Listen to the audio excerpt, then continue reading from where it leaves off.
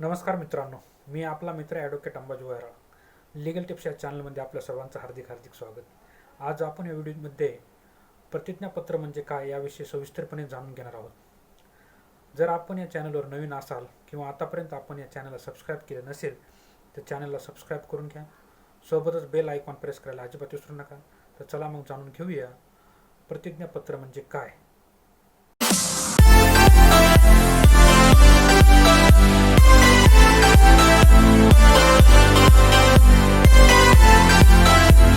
तर मित्रांनो, आता आपण आलो आहोत आपल्या लॅपटॉपच्या स्क्रीनवर. प्रतिज्ञापत्र म्हणजे काय हे आपण बघूया. प्रतिज्ञापत्र कसे आणि कोठे करावे हेही आपण या व्हिडिओमध्ये बघणार आहोत. तुम्ही सर्वांनी तुमच्या आयुष्यात अनेक वेळा शपथपत्राबद्दल ऐकले असेल, ज्याला इंग्रजीमध्ये ॲफिडेव्हिट असेही म्हणतात. प्रतिज्ञापत्र हा असा कायदेशीर दस्तऐवज आहे, जो भारतातील सर्व नागरिकांना त्यांच्या आयुष्यात एकदा नव्हे तर वारंवार आवश्यक असतो. पण आजही असे अनेक लोक आहेत ज्यांना प्रतिज्ञापत्राचा अर्थ आणि त्याचे उपयोग माहीत नाहीत. म्हणूनच आजच्या व्हिडिओद्वारे आम्ही तुम्हाला प्रतिज्ञापत्र, शपथपत्र म्हणजे काय, त्याचे उपयोग आणि फायदे काय आहेत ते सांगणार आहोत. तेव्हा आपण जन्माचा दाखला बनवताना घटस्फोटाच्या वेळी विवाह नोंदणी प्रमाणपत्रासाठी सर्वप्रथम प्रतिज्ञापत्र आणण्यास किंवा करण्यास सांगितले जाते. याशिवाय इतर अनेक कामासाठी याची आवश्यकता आहे. अशा परिस्थितीत अनेकांना प्रश्न पडतो की ते कसे आणि कोठे बनवले जाते, ते करण्यासाठी किती खर्च येतो. आपण बघूया शपथपत्र म्हणजे काय.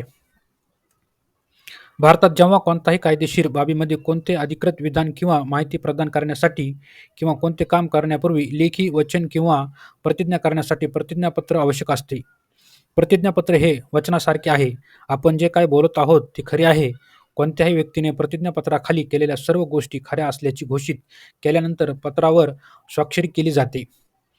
आपल्या देशात मालमत्ता खरेदी विक्री पासून आपली नावे अधिकृतपणे बदलण्यापर्यंत आणि इतर अनेक कामांमध्ये शपथपत्र अतिशय महत्त्वाची भूमिका बजावते. प्रतिज्ञापत्राचे किती प्रकार आहेत?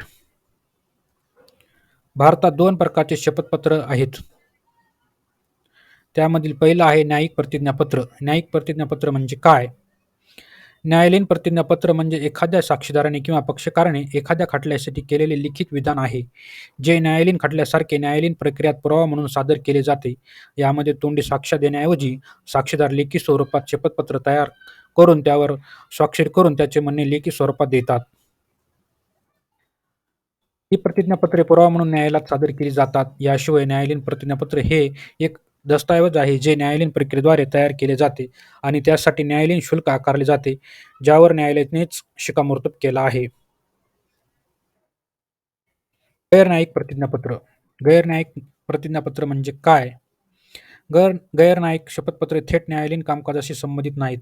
ही शपथपत्रे विविध उद्देशासाठी वापरली जाऊ शकतात, जसे की विविध कायदेशीर, प्रशासकीय किंवा व्यावसायिक संदर्भातील काही तथ्ये किंवा विधानांच्या सत्याची पुष्टी करण्यासाठी. ही प्रतिज्ञापत्रे गैरन्यायिक स्टॅम्प पेपरवर लिहून तयार केली जाते. यासाठी सर्व राज्यामध्ये स्टॅम्प पेपरची किंमत वेगवेगळी असते. त्याची किंमत ₹10 पासून ते ₹100 जास्त असू शकते. ते प्रमाणित करण्यासाठी नोटरी पब्लिकद्वारे स्वाक्षरी आणि शिक्का लावून त्याची पडताळणी केली जाते. प्रतिज्ञापत्र कधी आणि का दिले जाते? प्रतिज्ञापत्र हे कोणत्याही व्यक्तीने नोटरी पब्लिक किंवा इतर कोणत्याही अधिकृत अधिकाऱ्याच्या उपस्थितीत स्वेच्छेने दिलेले लिखित विधान आहे.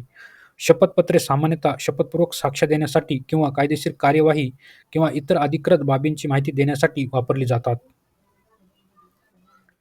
कायदेशीर बाबीमध्ये कोणत्याही घटनेची माहिती, वस्तुस्थिती आणि माहिती सादर करण्यासाठी प्रतिज्ञापत्र पुरावा म्हणून वापरले जाऊ शकते.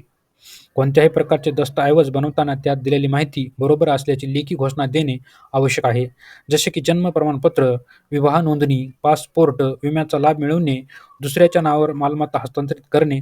अशा काही अधिकृत व्यवहाराच्या बाबतीतही शपथपत्र दिले जाते.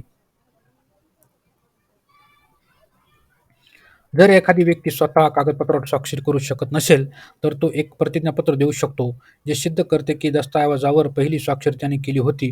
उत्पन्न, खर्च, कर्ज इत्यादी आर्थिक बाबींमध्ये ही प्रतिज्ञापत्र दिले जाते. प्रतिज्ञापत्र देऊन कोणत्याही परिस्थितीत दिलेल्या माहितीची विश्वासार्हता वाढवता येते. प्रतिज्ञापत्र कोणत्या प्रकरणांमध्ये वापरले जाते? प्रतिज्ञापत्र अनेक कामामध्ये वापरले जात असले तरी काही मुख्य कामे आहेत ज्यामध्ये त्याचा सर्वाधिक वापर केला जातो ते खालीलप्रमाणे आहेत. कोणतेही गुन्हेगारी रेकॉर्ड नसलेले प्रतिज्ञापत्र. एखाद्या व्यक्तीचे कोणतेही गुन्हेगारी रेकॉर्ड नाही हे घोषित करण्यासाठी हे शपथपत्र वापरले जाते. याचा उपयोग रोजगार, व्हिसा अर्ज आणि विविध सरकारी संबंधित प्रक्रियांसाठी केला जातो. नातेसंबंधाचे प्रमाणपत्र. याचा उपयोग व्यक्तीमधील कौटुंबिक संबंध प्रस्थापित करण्यासाठी केला जातो, जसे की पालक, मूल किंवा जोडीदार संबंध यासाठी केला जातो. विवाह प्रतिज्ञापत्र. हे एखाद्या व्यक्तीची वैवाहिक स्थितीची पुष्टी करण्यासाठी वापरले जाते. विवाह प्रमाणपत्रासाठी अर्ज करताना हे सहसा आवश्यक असते. न हरकत प्रतिज्ञापत्र. हे न हरकत घोषित करण्यासाठी वापरले जाते, असे की एखाद्या व्यक्तीला कोणत्याही कृती किंवा निर्णयावर आक्षेप नाही. उदाहरणार्थ, जेव्हा पालक त्याच्या मुलाच्या प्रवासासाठी किंवा लग्नासाठी संमती देतात, तेव्हा ते आवश्यक असू शकते. नुकसानीचे प्रमाणपत्र. जेव्हा एखाद्या व्यक्तीची मूळ प्रमाणपत्रे, ओळखपत्रे किंवा मालमत्तेची कागदपत्रे व यासारखी महत्त्वाची कागदपत्रे हरवली जातात, तेव्हा ती कागदपत्रे पुनर्संचयित करण्यासाठी किंवा पुनर्प्राप्त करण्यासाठी विनंती करताना वापरली जातात. निवासाचे प्रतिज्ञापत्र.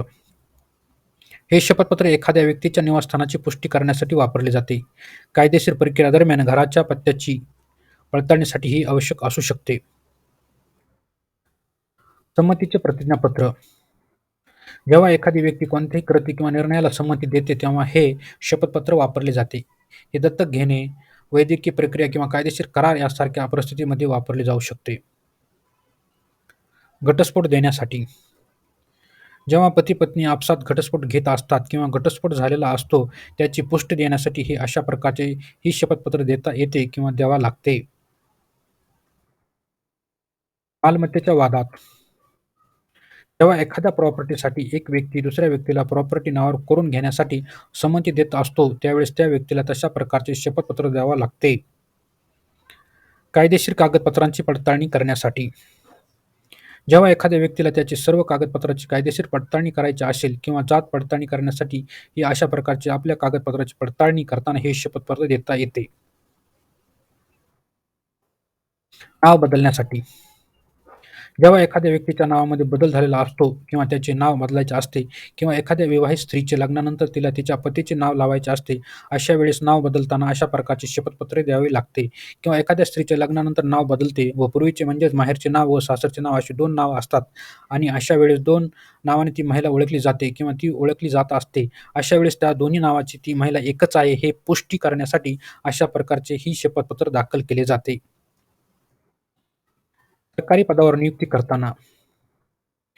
एखाद्या व्यक्तीच्या सरकारी पदावर नियुक्ती झाली असेल आणि ती व्यक्ती त्या पदावर 2 वर्षासाठी, 3 वर्षासाठी काम करण्यास तयार आहे, त्यावेळेस अशा प्रकारचे त्याला शपथपत्र द्यावे लागते. याशिवाय अशी अनेक प्रकरणे आहेत ज्यासाठी प्रतिज्ञापत्र आवश्यक आहे. सामान्यतः वापरल्या जाणाऱ्या केसची माहिती देण्यासाठी आम्ही या सर्व केसचा उल्लेख येथे केला आहे. मित्रांनो, हा व्हिडिओ आपल्याला कसा वाटला हे कॉमेंटद्वारे कळवा. लाईक करायला, शेअर करायला अजिबात विसरू नका. पुन्हा भेटूया अशा दुसऱ्या व्हिडिओमध्ये. तोपर्यंत नमस्कार.